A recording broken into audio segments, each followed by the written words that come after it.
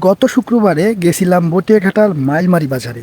আমাদের দাওয়াত ছিল এক জায়গায়, সেখানে আমরা দাওয়াত খেতে গেছিলাম। জায়গাটা অনেক সুন্দর, দেখতে অনেক সুন্দর লেগেছে আমাদের কাছে। চারোপাশে নদী নালা খালবিল এবং সৌন্দর্যে ভরপুর। প্রাকৃতিক সৌন্দর্য দেখতে হলে গ্রামে যেতে হবে।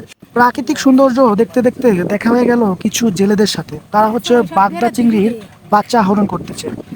নদীতে দীর্ঘ সময় জাল টানার পরে ছোট ছোট বাচ্চা পাওয়া যায়। এটি প্রতি পিস 1 থেকে 1.5 টাকায় বিক্রি হয়।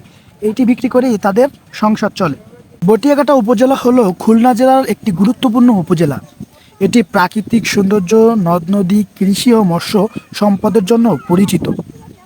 1983 সালে উপজেলাটি প্রতিষ্ঠিত হয়। এর আয়তন প্রায় 248 বর্গ কিলোমিটার। খুলনা শহর থেকে প্রায় 13 কিলোমিটার দূরে অবস্থিত এই উপজেলাটি। উত্তরে রয়েছে ডুমুরিয়া উপজেলা ও খুলনা শহর, দক্ষিণে রয়েছে দাকব ও পাইকগাছা শহর, পূর্বে রয়েছে রূপসা ও বাগেরহাটের কিছু এলাকা। 2022 সালের তথ্য অনুযায়ী বটিয়াঘাটা উপজেলার জনসংখ্যা প্রায় 2,33,000